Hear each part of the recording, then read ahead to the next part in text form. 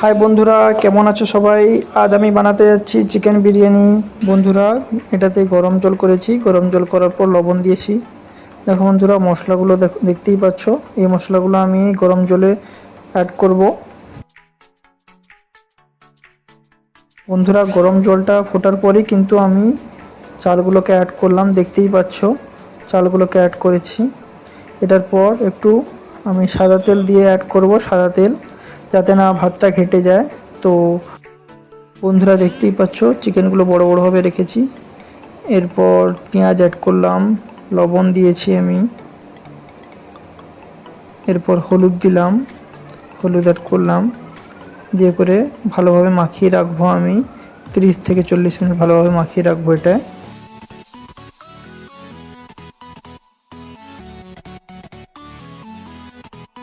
দেখতেই পাচ্ছ বড় বড় পিস নিয়েছি আমি, কীভাবে কালারটা এসছে।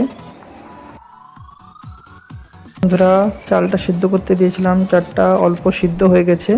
অল্পই সিদ্ধ করতে হবে আমাদের চালটাকে। আমি ছেঁকে একটা পাত্রে রেখে দেবো এটা।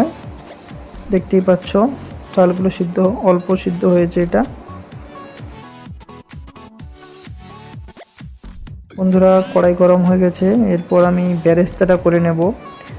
দেখতেই পাচ্ছ বেরেস্তায় হালকা লবণ দিয়ে আমি বেরেস্তাগুলো ভেজে নেব। দেখতেই পাচ্ছ বন্ধুরা, বেরেস্তাটা কেমন হয়েছে। বেশি ভাজা যাবে না এটা, বেরেস্তাটাকে অল্প আঁচ দিয়ে ভেজে নিতে হবে হালকা করে।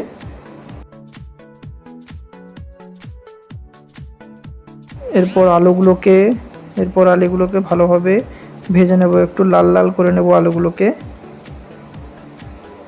দেখতেই পাচ্ছ আলুগুলো লাল লাল হয়ে গেছে আমার।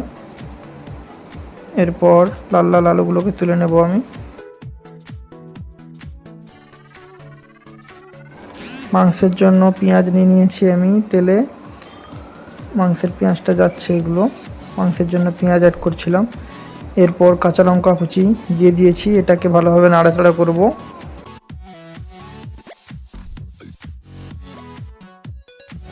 এরপর আদা রসুন পেস্টটা দিয়ে দিয়েছি, দিয়ে করে তেল বেরোনো পর্যন্ত এটাকে ভালোভাবে কষাতে থাকবো। এরপর হলুদ দিলাম বন্ধুরা, হলুদ দেওয়ার পর গুঁড়ো লঙ্কা, মিট মশলা দিয়ে ভালোভাবে কষাতে থাকবো। 2-3 মিনিট ভালোভাবে কষানোর পর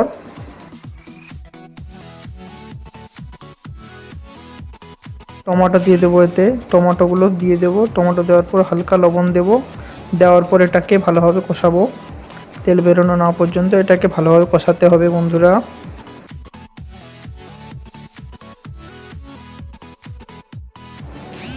এরপর চিকেন অ্যাড করব এটায়। চিকেনটা অ্যাড করছি। দেখো বন্ধুরা, চিকেনের পিসগুলো কত বড় বড় রেখেছি। এইভাবে রাখতে হবে বিরিয়ানির জন্য। এটাকে দিয়ে ভালোভাবে নাড়াচাড়া করব, ভালোভাবে মশলাগুলো ঠিকঠাকভাবে যেন অ্যাড হয়। তো দেখতে হবে বন্ধুরা, এটা ভালোভাবে মাংসের মতোই কষাতে হবে। ঢাকা দিয়ে ভালো করে মাংসটাকে কষিয়ে নেব ঢাকা দিয়ে বারবার। দেখেছো বন্ধুরা, হালকা হালকা তেল ছেড়ে এসছে মাংসের। বন্ধুরা, দেখেছো মাংসের কালারটা কেমন হয়েছে। মাংসটা রেডি হয়ে গেছে আমার। মাংসটা রেডির পর একটা যেটা আমি দম দেব, সেটাই আমি রেখে দেবো। গামলিটা নিয়েছি, দেখতে পাচ্ছ, এটাতে আমি দম দেব। তো মাংসগুলোকে ভালোভাবে সাজিয়ে নিতে হবে। মাংসগুলো সাজানো কমপ্লিট। এরপর রাইস চলে এসছে আমার। রাইসগুলোকে লেয়ারভাবে দেবো আমি। বন্ধুরা, কেমন দিচ্ছি দেখো। এরপর আলু অ্যাড করলাম। আলু তোমার পরিমাণ মতো যতগুলো খেতে ইচ্ছে আলু তোমরা অ্যাড করতে পারো। এরপর আমার বেরেস্তাগুলো দিয়ে দিয়েছি, বেরেস্তাগুলো লেয়ারে যাবে। বেরেস্তা অ্যাড করার পর আমি বিরিয়ানি মশলা দিচ্ছি। তোমরা যেভাবে মশলা খাও তো সেই পরিমাণ তোমরা মশলা অ্যাড করবে। আমি মিডিয়ামভাবে করছি, মশলা অ্যাড দিচ্ছি। এরপর মাংস আবার সেকেন্ড লেয়ারে আসবে। মাংস অ্যাড হওয়ার পর দেখছো বন্ধুরা, ভালোভাবে অ্যাড হয়ে গেছে আমার সেকেন্ড লেয়ার। এরপর চালটা এসছে, আবার চালটা আসবে। চালটা পুরোটা দেওয়ার পর আমরা এরপর সেম প্রসেস বেরেস্তা অ্যাড করব। বেরেস্তা অ্যাড করার পর বিরিয়ানি মশলা অ্যাড করলাম। বিরিয়ানি মশলা অ্যাড করার পর বন্ধুরা আমি একটু হালকা কালারের জন্য এটাকে ইয়েলো রাইস দিয়েছি, একটা ইয়েলো রাইস দিয়েছি। বন্ধুরা দেখতেই পাচ্ছ এটা আমি জুগাড়ু প্রসেস লাগিয়েছি একটা, দেখতে পাচ্ছ খুব অল্প আছে কিন্তু এটা করতে হবে প্রথমে। এরপর আমি ঘি দিয়েছি, ঘি দিলাম, ঘি দেওয়ার পর 2 চামচ ঘি দিয়েছি, এইভাবে করেছিলাম।